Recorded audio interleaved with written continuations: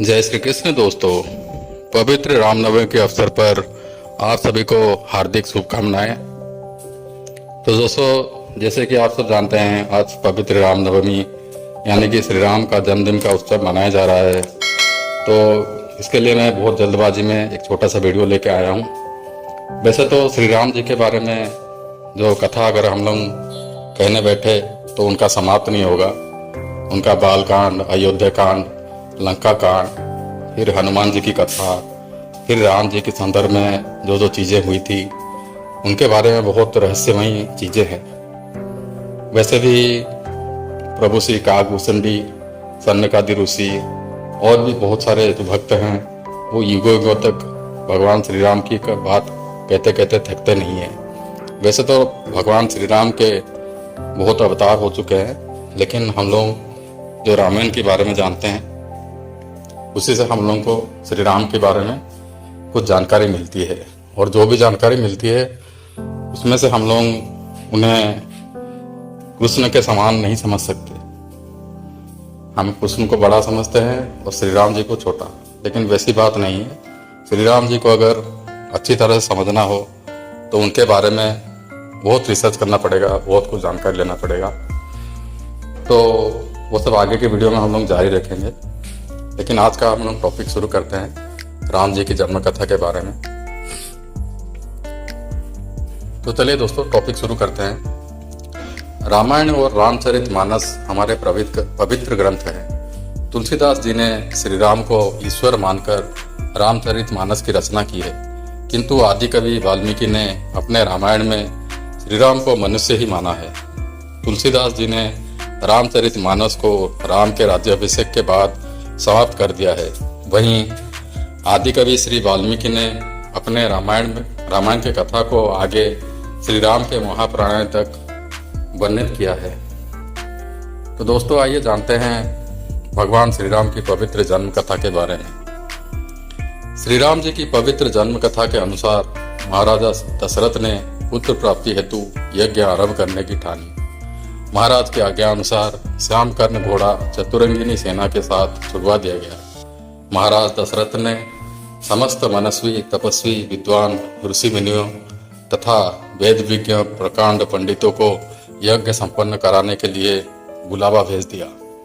निश्चित समय आने पर समस्त अध्यागतों के साथ महाराजा दशरथ अपने गुरु वशिष्ठ जी तथा अपने परम मित्र अंग देश के अधिपति लोकवाद के जामाता भृंग ऋषि को लेकर यज्ञ मंडप पर पधारे। इस प्रकार महान यज्ञ का विधिवत शुभारंभ किया गया।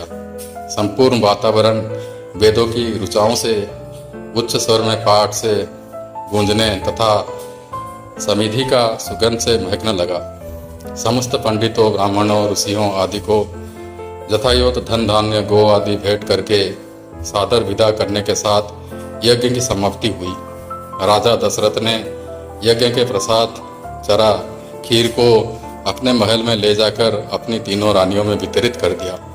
प्रसाद ग्रहण करने के परिणाम स्वरूप तीनों रानियों ने गर्भ धारण किया। जब चैत्र मास के शुक्ल पक्ष की नवमी तिथि को पुनर्वसु नक्षत्र में सूर्य, मंगल, शनि, बृहस्पति तथा शुक्र अपने अपने उच्च स्थानों पर विराजमान थे, कर्क लग्न का उदय होते ही महाराज दशरथ की बड़ी रानी कौशल्या के घर में एक शिशु का जन्म हुआ, जो कि नीलवर्ण, चुंबकीय आकर्षण वाले, अत्यंत तेजोमय, परम कांतिवान तथा अत्यंत सुंदर था।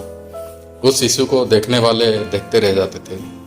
इसके पश्चात शुभ नक्षत्र और शुभ घड़ी में महारानी कैकेयी की एक तथा तीसरी रानी सुमित्रा को 2 तेजस्वी पुत्रों का जन्म हुआ।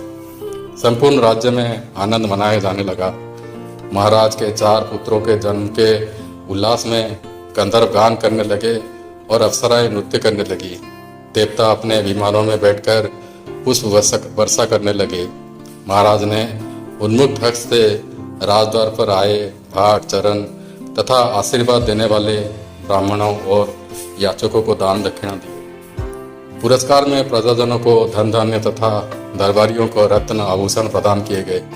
चारों पुत्रों का नामकरण संस्कार महर्षि वशिष्ठ के द्वारा किया गया तथा उनके नाम रामचंद्र, भरत, लक्ष्मण और शत्रुघ्न रखे गए। आयु बढ़ने के साथ ही साथ रामचंद्र गुणों में भी अपने भाइयों से आगे बढ़ने तथा प्रजा में अत्यंत लोकप्रिय होने लगे। श्री राम में अत्यंत विलक्षण प्रतिभा थी, जिसके परिणाम स्वरूप अल्प काल में ही समस्त विषयों में पारंगत हो गए। उन्हें सभी प्रकार की अस्त्र शस्त्रों को चलाने में तथा हाथी घोड़े एवं सब प्रकार के वाहनों की सवारी में उन्हें असाधारण निपुणता प्राप्त हो गई। वह निरंतर माता पिता और गुरुजनों की सेवा में लगे रहते थे। उनका अनुसरण शेष 3 भाई भी करते थे। गुरुजनों के प्राप्ति, श्रद्धा, भक्ति इन चारों भाइयों में थी। उतना ही उनमें परस्पर प्रेम और सौहार्द भी था। महाराज दशरथ का हृदय अपने 4 पुत्रों को देखकर गर्व और आनंद से भर उठता था। धार्मिक ग्रंथों के अनुसार त्रेता युग में भगवान श्री राम का जन्म चैत्र शुक्ल नवमी के दिन हुआ था, जिसे पवित्र श्री रामनवमी के रूप में मनाया जाता है, जिसका उद्देश्य रावण के अत्याचारों को खात्मा तथा अधर्म का नाश करके धर्म स्थापना करना था। तो दोस्तों, ये तो हम लोग रामनवमी के उत्सव के बारे में कुछ थोड़ा ही बात जान चुके कि जब भगवान श्री राम ने जन्म लिया था तब सब ग्रहों की स्थिति उच्च स्थिति में थी। वैसे सुना भी देता है कि शनि का थोड़ा दोष था, इसलिए उन्हें वनगमन करना पड़ा। इसका मतलब है हमारा जो भाग्य चक्र चलता है वो श्री राम के ऊपर भी चला था। तो अंत में आपको एक बात बताना चाहूँगा, भगवान श्री राम और भगवान श्री कृष्ण में एक ही अंतर था। भगवान श्री राम हमेशा भाग्य के ऊपर विश्वास करते थे। जैसे कि उनके पिताजी बोले जंगल वन चले जाओ तो वो चले गए। जैसे जैसे जिस टाइप का भाग्य उन्हें जिस ओर ले जाता था उसी हिसाब से वो काम करते थे। लेकिन भगवान श्री कृष्ण वो बदलाव कर देते थे। जैसे कि जयद्रथ को मारने के टाइम उन्होंने शाम नहीं हुआ था लेकिन शाम करवा दिया। वैसे ही हर चीज़ का वो कुछ ना कुछ सलूशन निकालते हैं, ऐसे ही वो भाग्य के ऊपर नहीं छोड़ते हैं। तो ये 2 चीज़ें तो भगवान श्री राम और भगवान श्री कृष्ण में अंतर करती है। तो दोस्तों, आगे की वीडियो में हम लोग और भी बहुत कुछ जानकारी लेंगे। वीडियो अच्छा लगे तो लाइक, कमेंट और सब्सक्राइब कर दीजिए। आज के लिए इतना ही। जय श्री कृष्ण।